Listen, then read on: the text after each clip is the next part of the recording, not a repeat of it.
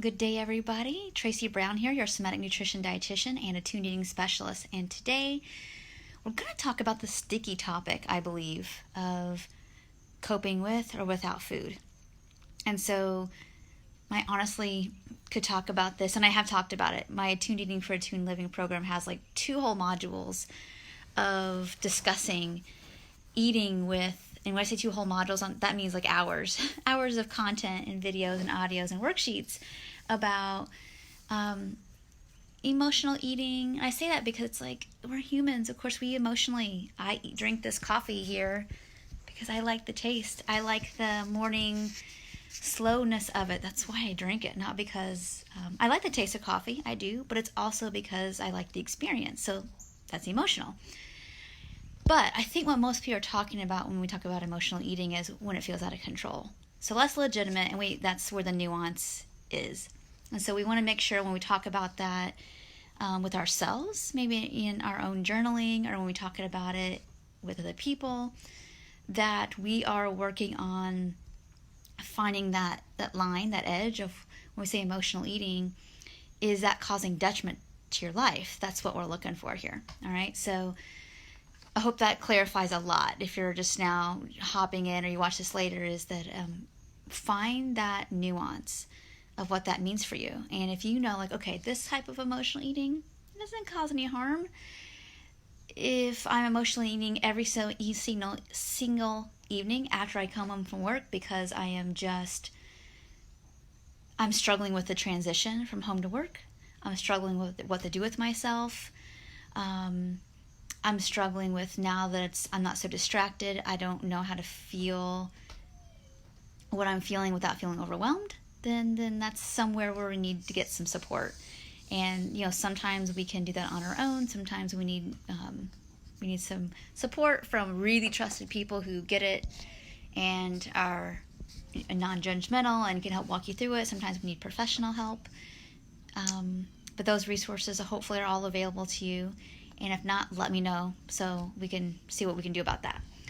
But anyway, I want to talk a little bit more about when people say coping with food. What I hear people saying really is, how do I feel my feelings? Or really what people are often saying is like, how do I stop this? How do I stop this?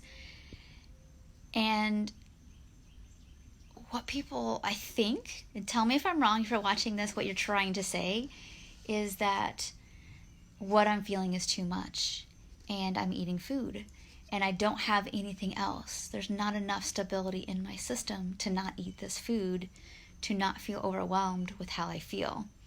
And so we're looking at it as if the food is the enemy when really it's your messenger. It's your messenger. And you're not probably going to white knuckle not doing it until you have enough stability, internal self-soothing in your system to not do it. So what are some things we can do to build that internal stability and self-soothing? That's really the issue. Not like, help me right this second, stop eating food. It's, what's missing? What's missing? And so here I'm going to give you a couple examples of head, heart, and gut ways, because I don't just approach things cognitively. I think that's important, the bottom-down approach we need. So of course, if you're not journaling and you hate journaling, you still might want to consider it because it just gives you some clarity, some mental clarity about what's happening in your day that could drive your internal sense of what you're feeling. So you want to know what you're dealing with here. So if you're not journaling, I encourage you to do it minimally. Check in multiple times a day. Like, take your own temperature. Literally, here's your thermometer. Take the temperature of what's going on inside you and outside of you that might impact how you feel. Or check in with, obviously it helps you check in with beliefs about the things that are happening inside or outside of you as well. So all of those things are going to impact how you feel and create how you feel. If you have beliefs about how you feel, that if you feel something and you think you shouldn't be feeling something, so now you've got the original feeling and now you're neurobinding shame with it. That's probably not going to end well around the food for you. So it's important that, like, okay, I feel how I feel.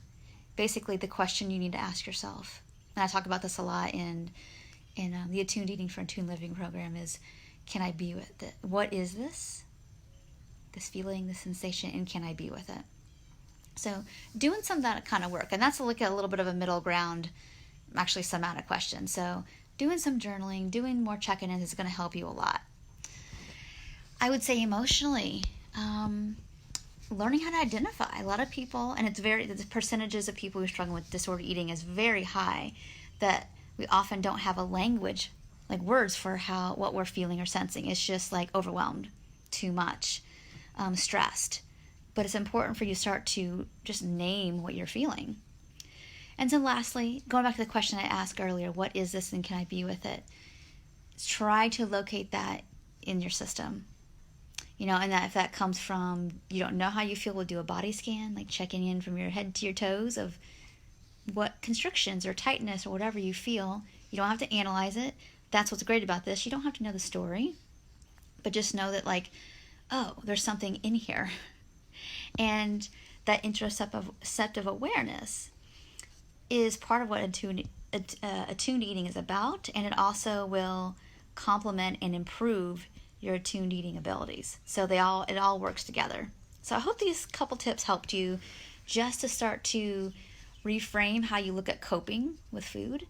It's like, is this negatively impacting your life? Then I don't know, who's to say that anybody should have anything to say about it, to be honest.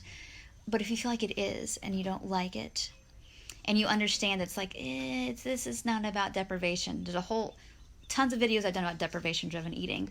If you come to the end of your day and you're like really hungry and you're eating a lot more than you're used to eating at one sitting, look at the rest of your day. If you can see where you've had some very subtle restriction, calorically or mentally, about what you should or shouldn't eat, you're probably going to want to eat. So that's not full-on emotional eating. There is some caloric deprivation that you're working with there, and possibly, again, just this deprivation of telling yourself what you should or shouldn't be eating.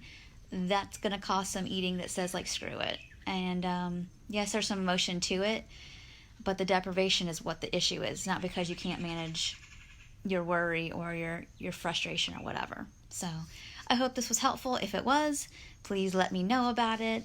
I appreciate your responses here, whether it's likes or whatever. If this was helpful, please let other people know about it, because I think this is a sticky topic for people that if we don't put nuance to it, we will try as humans to, if we are in a black and white frame of mind about a situation, going into an attuned eating process, we're probably going to try to make attuned eating fit into that black and white way of thinking, and it doesn't work that way, and you're going to get frustrated. So this is really important to bring the nuance to this work. So thank you all so much for watching.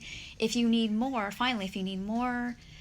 videos about emotional eating, deprivation-driven eating, I've got a ton of those, 3 to 4 years worth of those over on my YouTube channel called Tracy Brown RD. Just search for that and go over there and subscribe as well, because every time I do lives here, I upload